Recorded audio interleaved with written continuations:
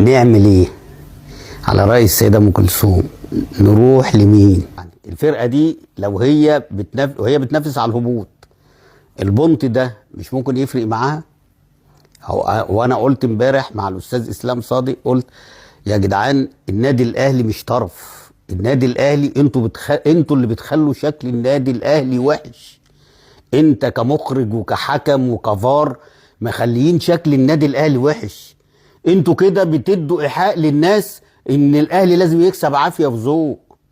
ازاي يعني؟ هي الفرقه دي مش ممكن تهبط؟ لو الفرقه التانيه دي شدت حيلها وكسبت، مش ممكن فرقه البنك دي تهبط بماتش زي ده؟ يعني البونت ده يدخلهم الى بر الامان، بونت يدخلهم لبر الامان.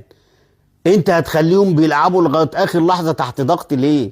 النادي الاهلي واخد الدوري، امبارح بيراميدز اتعادل، ما شفناش الهيصه والهيلمان